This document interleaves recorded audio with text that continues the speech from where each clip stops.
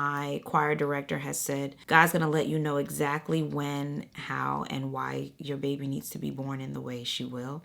I'm a 40-year-old woman. I think I know when I've peed on myself. How I was going to push, I don't know, because I couldn't feel a damn thing.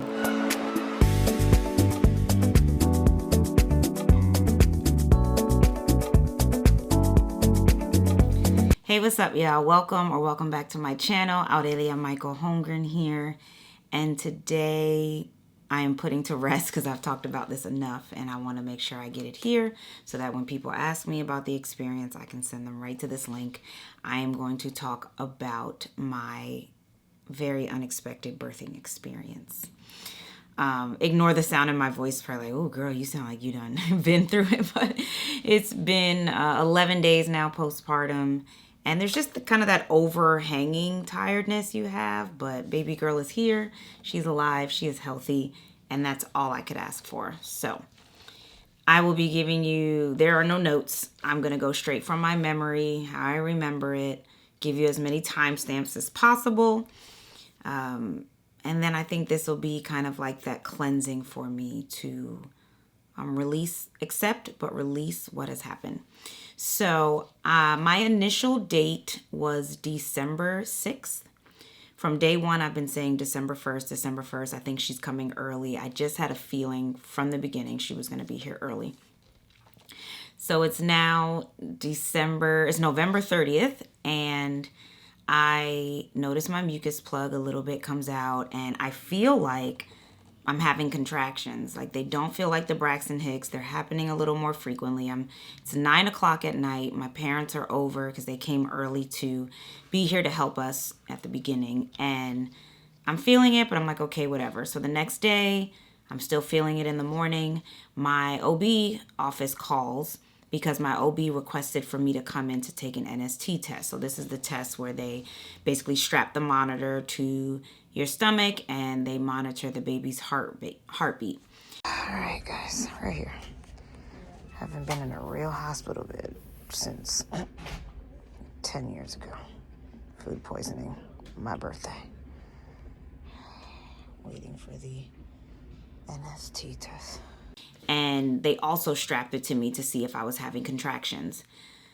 The one thing that I would say annoyed me the most was when I told the woman, the nurse that was helping, that I thought I was having contractions and that I think my water had broke. She said, "Are you sure you didn't pee on yourself?"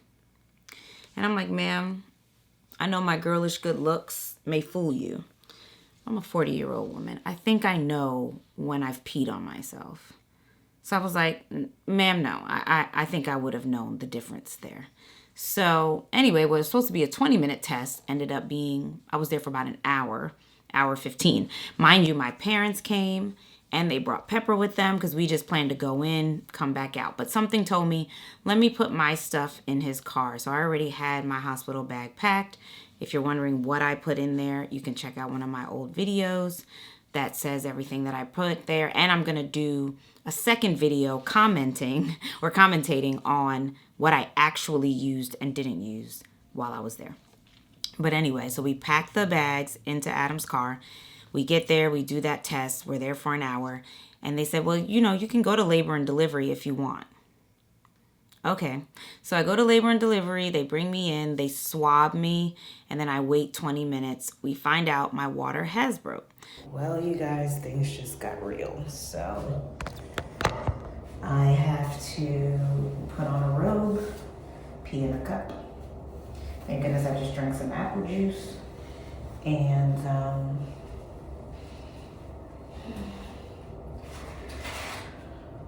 see what's going on. I also got blood back here at TMI because they had me laying in the bed for like an hour.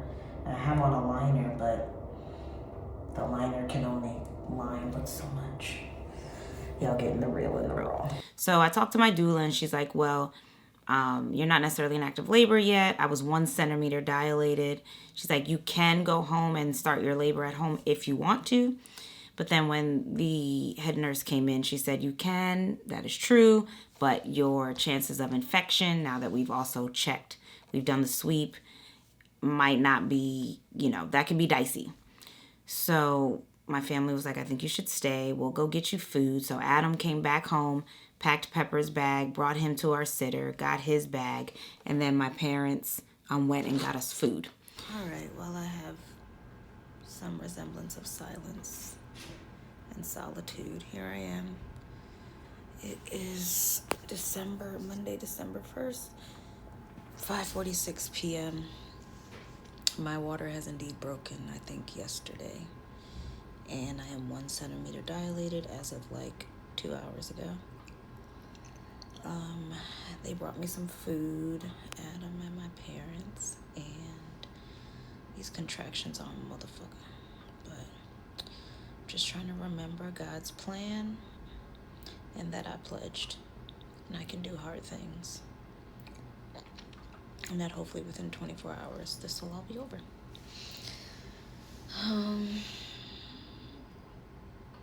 Yeah, I'm enjoying the time between contractions truly, madly, deeply, and not trying to let them pass over because they're what's keeping me together. And I've been thinking December 1st since day one, so it's kind of funny that here we are. Because I love Mondays, I love the first of the month, and I love the last month of the year. It's like when you take inventory, when you get geared up for the next year, you see what worked, what didn't, and I can't do any of that. I'm just remaining present right now in what's going on here. So they're gonna put the IV in soon.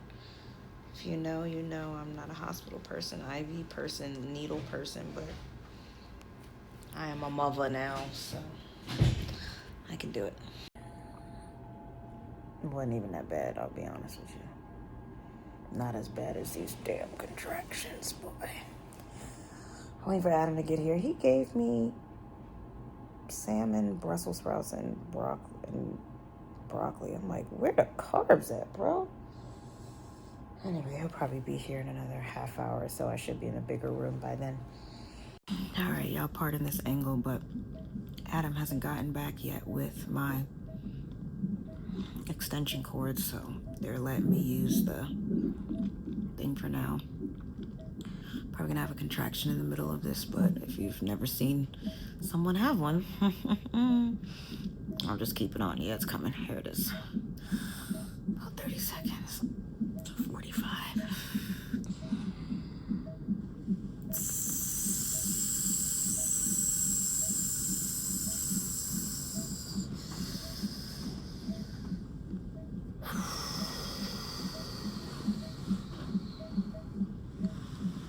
Jesus.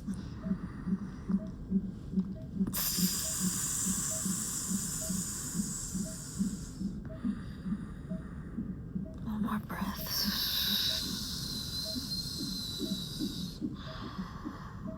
Right like a wave.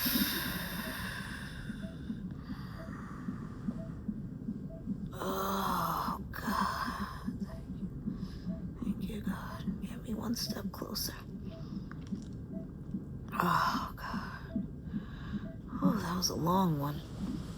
That was almost a whole minute. Okay.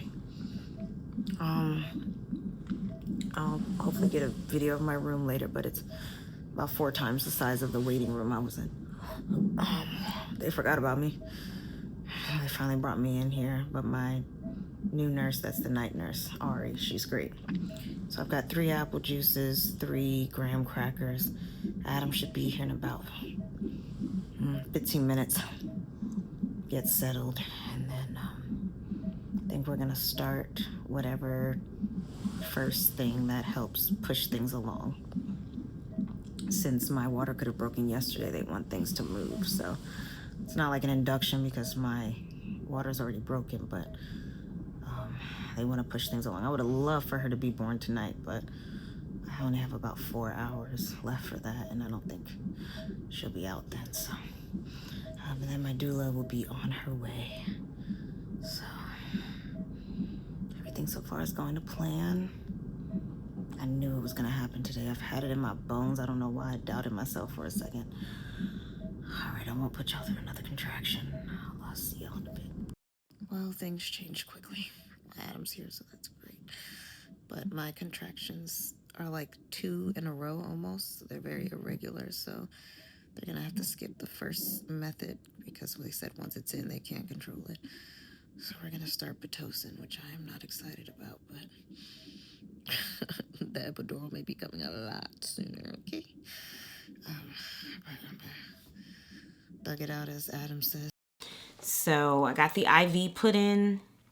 The contractions started coming more and more. Well, I got the whatever it is put in for the IV to get hooked up. So now it's about, at this point, it's probably about 5, 6 o'clock. They bring me into another room.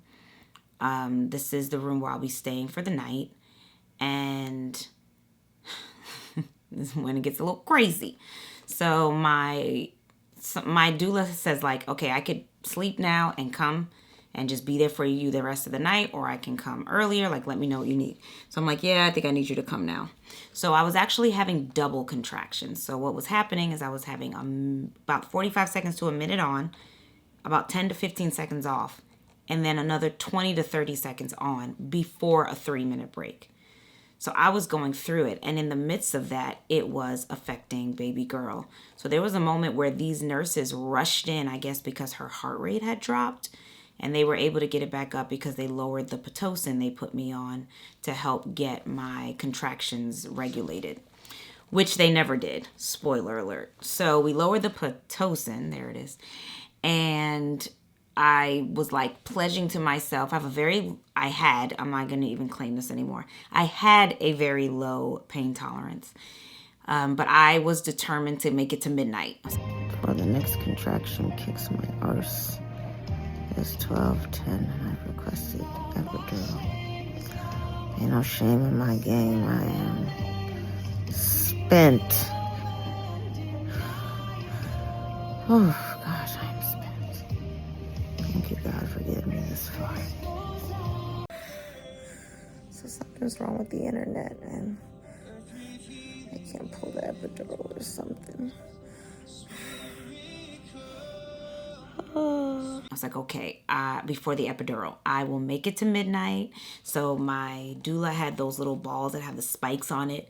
And I'm like trying to keep my mind off of it. And she's doing counter pressuring with me. And I'm surviving. So it hits midnight and I'm like, okay, I've done it.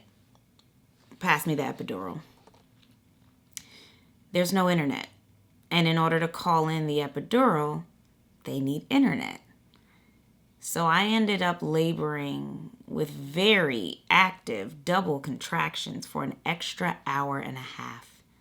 So it's now 1:30, and at this point, you could stick that needle anywhere you want. Please.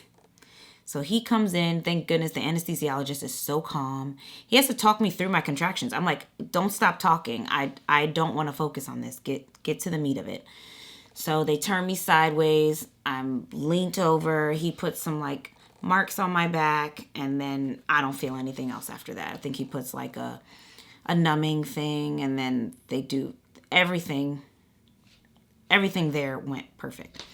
So now I'm able to finally get some sleep. I go to sleep. I wake up. Hey, y'all. All right. We are in hour number who knows what. Basically, I had double contractions last night, and baby girl was not happy. So they rushed in, and then calmed her down. And then it happened again today. So they have me in the delivery room. And we may have to do a C-section if she doesn't chill out again. Lucky my husband is here, very serious. Gotta keep the positivity. Positivity. So my parents should be here soon. Give me some hugs. I cried. That was my first time crying. I didn't cry all last night in those contractions. But today broke me. All right. The time is... It's only 10:30? Oh, shoot. I thought it was like 2 in the afternoon. Where are we? I'm 5 centimeters dilated. 80% something with an E, effaced, deficiated, I don't know. 80% out of 100. So halfway in dilation. She's doing all right now. I just had a great chat with the nurse just about how Adam and I met and stuff, you know.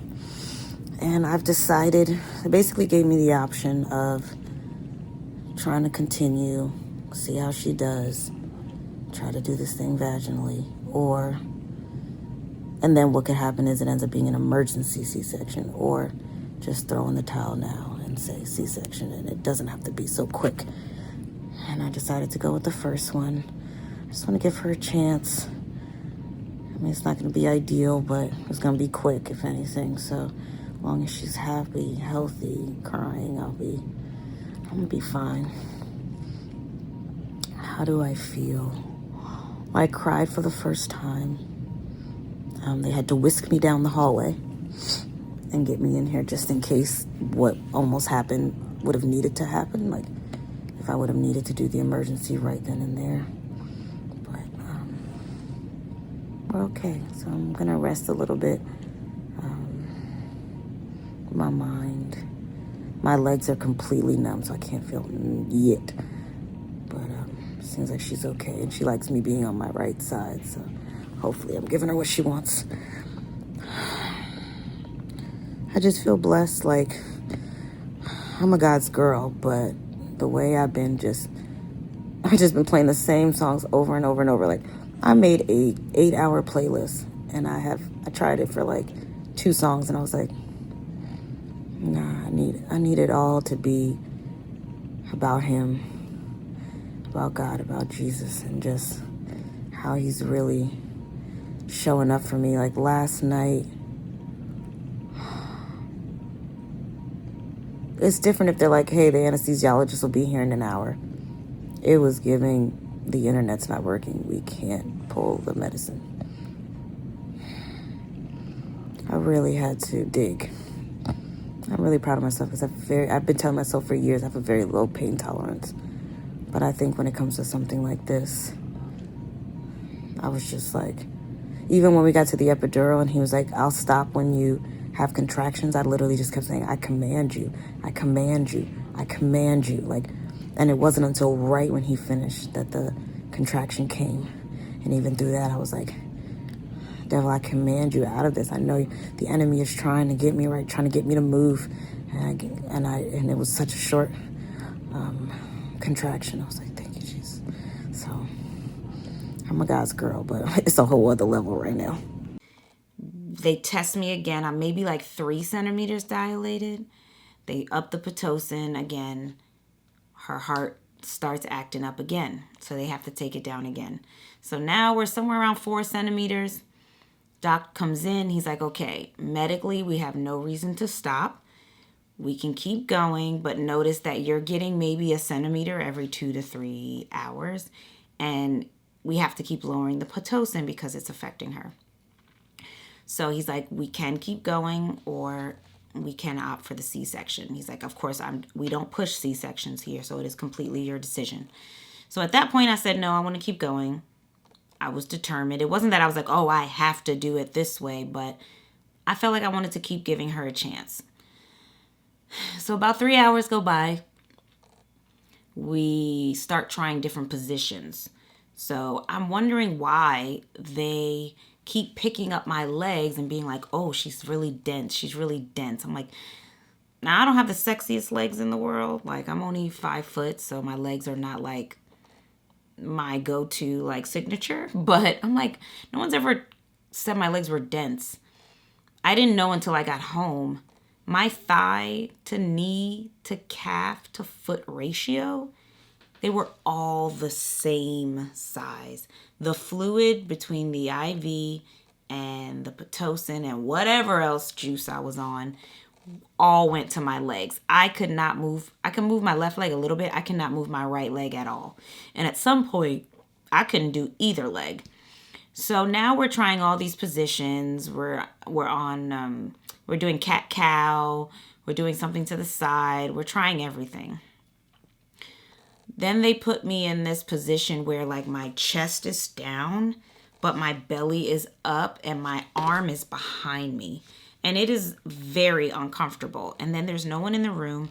I start to feel stuck. And when I feel stuck somewhere, like in an airport, stuck at in traffic, like crazy traffic where I can't move, I start to get anxious. And so my mom comes back in and I'm like, you got to tell them to take me out of this position. I can't do it. So they take me out. And then I talked to the nurse, Whitney, who was amazing. My mother is like, oh, really? My mother is like, I will remember this woman for the rest of my life. I said to her, girl, keep it a buck with me. What's going on? She says, okay. Your daughter's heart rate has dropped twice every time we put up the Pitocin. But we need to put it up in order to regulate your contractions and to get you ready. She's like, 2, your catheter is pretty much empty, which means your kidneys are starting to act up. 3, you generally have really low blood pressure, like 90s, early 100s. Right now you're looking like potential preeclampsia. 4, your daughter's head is swelling, which is normal, but it's swelling because she is head down, but she's head down and a bit to the left. So she's bumping her head, trying to get into the right position.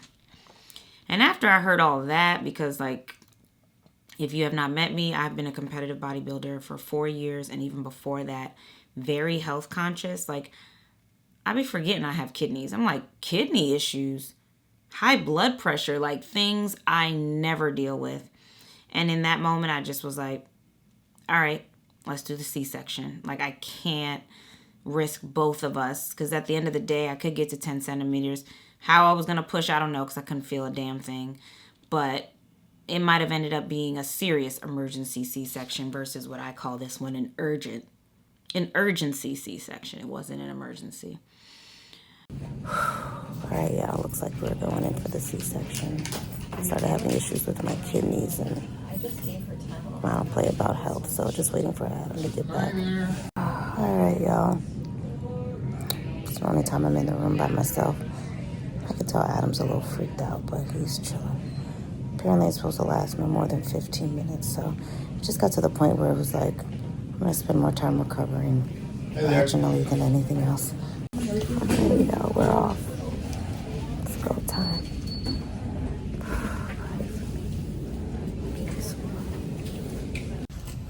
Just like Grey's Anatomy.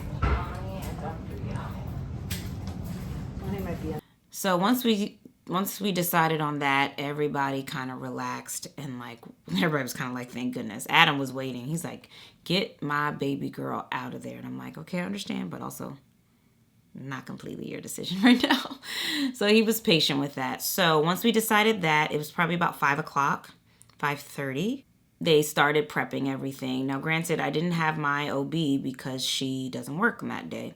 So I had a Dr. Yao, male, and they got me ready. They brought me into the room. Everything felt like a Grey's Anatomy episode. If you're a Grey's fan like me, let me know in the comments. Even one of the residents came and was like, would you mind if I stayed in the room, like, during your procedure? I won't touch you or anything like that. I'm like, oh my God, this is like Grey's Anatomy. I'm like, of course you can watch from the pit. You know, I'm just saying random stuff. So I guess he was in there too. So I get in there, the bright lights, everything you see on TV. I'm laying there. I've got my arms stretched out. Mind you, I have been playing the same playlist all night long. So my church, Oasis, I'm part of the choir, and I have a list of like our songs. So I'm playing the same playlist. Mind you, I made a 9-hour playlist. In my mind, I was going to be playing it in the room during the pushing. I played the same thing over and over. So now I'm in the room. I bring my headphones. I'm playing it over and over. Adam's next to me, and all of a sudden this woman is next to me, and I'm like, who the heck is this? My OB came in on her day off to be in my surgery. And when I tell you that I lost it, I'm about to lose it right now.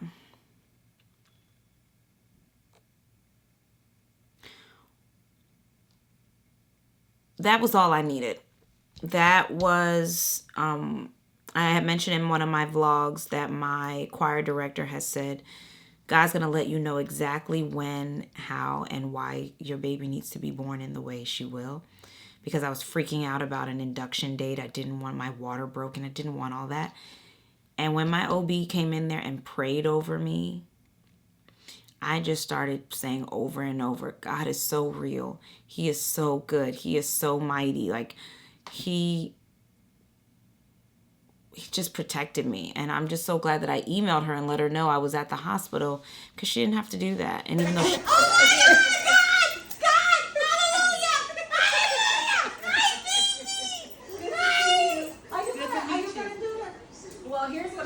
And even though she wasn't the one performing it, having her in the room and then having her meet my mom and like give my parents assurance, there was no better feeling than that. So now they've got me on the heavy drugs.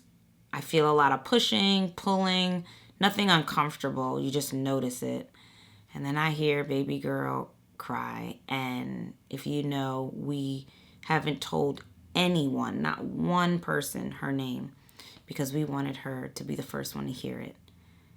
And then when I heard her cry, I said, Amaya Jeanette Holmgren, my baby girl. And they let her come over for a second. And Adam goes, why does she look so ghostly? I'm like, you are so embarrassing. Hi, baby girl. Welcome to the world. Welcome to the world, baby girl. How excited are you?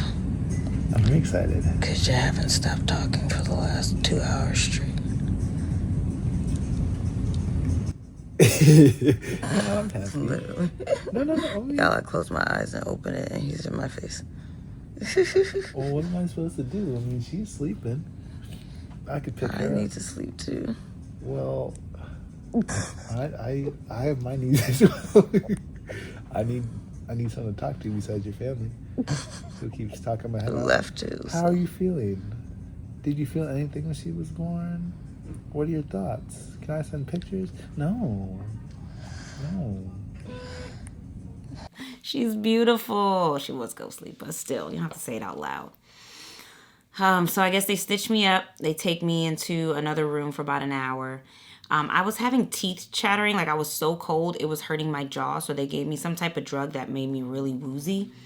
So I was on like a 1. Adam was on like a 15. He was so excited. He's running around with her. He's looking in my face when I'm asleep. Like, it was the longest hour trying to get our room. So my parents ended up not meeting her because visiting hours were over. So they brought us to my room, which had 2 beds in it. So Adam was able to stay in the other bed. And she was born at 6:44 p.m. on Tuesday, December 2nd. And she has just been a blessing. Good morning, y'all. It's the day after, December 3rd. So far, they've come in to give her a bath, re-swaddle her because her temperature was kind of low. It's a little chilly in here for her. And then the doctor just came to check my incision. Said everything looks good. They may send me home tomorrow afternoon. If things don't look good or I'm having complications, they'll send me home at a later time. I have to get a shot just in case of infections because I was here for so long. Today we'll go walking, take off these compression things, and so one other thing. Lactation, walking, injections, maybe that's it. If not, you'll see more. A blessing. And I'll do another video just about where I am at with my C-section recovery now. But it took me a while to shower. I'll be honest. It's still taking me a while to deal with like the dressing on it and scar and all that. But I'm taking it one day at a time and just releasing. It didn't go how I expected. I won't say how I planned because I was open to a plan. It didn't go how I expected, but I just can't have imagined it going better than it did, given all the circumstances. So thank y'all for watching. If you have any questions, thoughts, if you've experienced anything similar or something totally different and you just want to share, I'm always looking to read and hear other people's stories. I'm thankful to each and every person that has supported me I've been vlogging since the first week. So it's crazy that I've been vlogging this for 9 months. It feels like a YouTube birth as well. Normally my energy is a little up, but still, don't forget to like, comment, share, subscribe. You gotta like, comment, share, subscribe. Don't make your girl beg. And as we always say on my channel, age does not define your timeline. You do. Peace.